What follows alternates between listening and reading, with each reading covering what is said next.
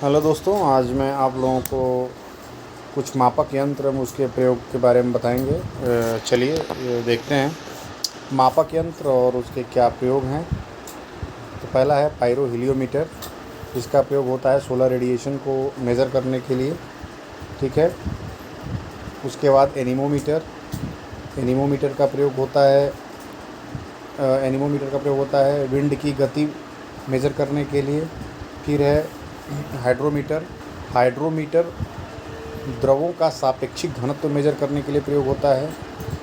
Hygrometer, hygrometer में होता है, हाइग्रोमीटर से मेज़र करते हैं ह्यूमिडिटी को, ह्यूमिडिटी मेज़र करने के लिए प्रयोग होता है। देखिए यहाँ पे बड़ा कन्फ्यूज़न होता है, लोग हाइड्रोमीटर और हाइग्रोमीटर में बड़ा कंफ्यूज होते हैं।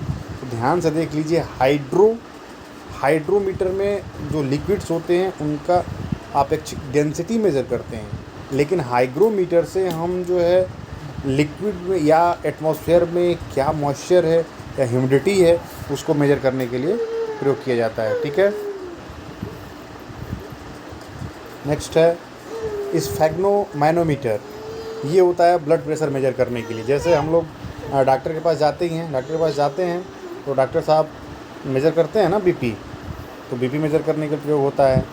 अमीटर, अमीटर जो होता है, अमीटर का प्रयोग हम करते हैं क्या मेज़र करने के लिए? विद्युत धारा मेज़र करने के लिए। ठीक है, इलेक्ट्रिक करंट। उसके बाद सिस्मोग्राफ का प्रयोग होता है।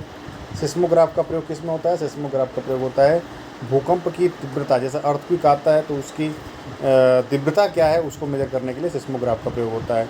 उसके बाद नेक्स्ट है विंड वेन। विंड वेन वायु की दिशा, direction of the wind measure करने के लिए प्रयोग होता है।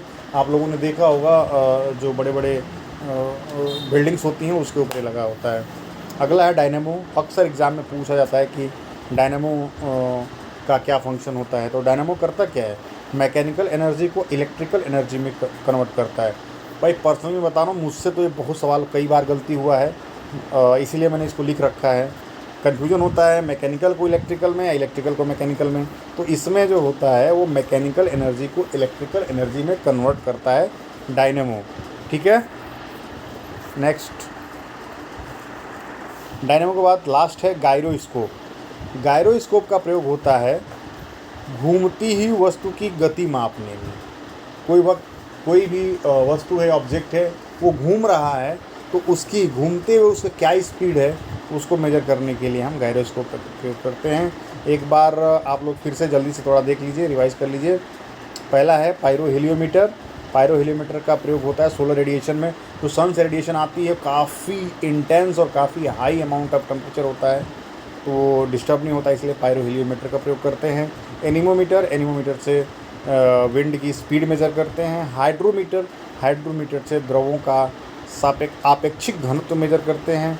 हाइग्रोमीटर, हाइग्रोमीटर से ह्यूमिडिटी मेज़र करते हैं, आर्द्रता मेज़र करते हैं। स्फेग्नोमैनोमीटर से हम बीपी मेज़र करते हैं, ब्लड प्रेशर मेज़र करते हैं। एमीटर, एमीटर से विद्युत धारा का प्रयोग मेजरमेंट होता है।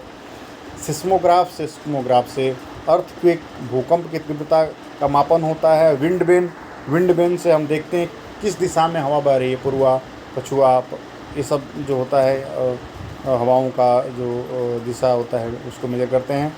डायनेमो, डायनेमो का फंक्शन होता है मैकेनिकल एनर्जी को इलेक्ट्रिकल एनर्जी में कन्वर्ट करता है। ठीक है।